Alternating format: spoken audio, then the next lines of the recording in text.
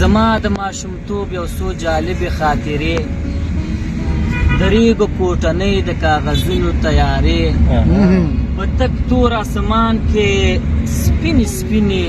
ستارې د شپې د خوب په ځای کې د عادي اوږدې کیسې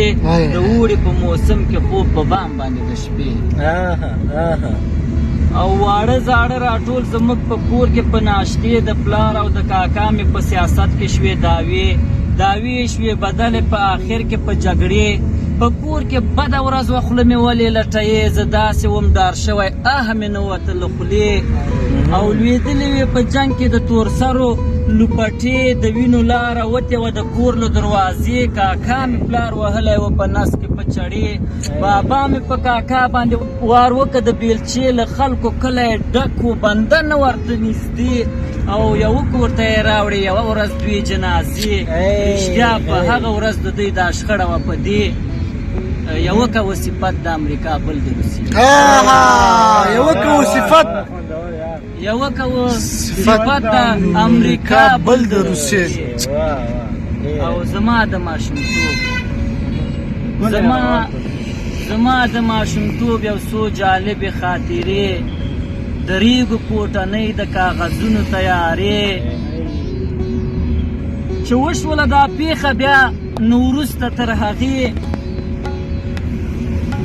بیا لوی سرخان هوار نه شو په غټې برندې د مړو په درېیمه سره بېله شوې کاسې نیکه بېچارګي به لمونځ کاوه په اشارې د کور د ډک کوهي اوبه مو ورو ورو کمېدې غواګانې مو شوې وچې بیا یې ونه کړې شیدې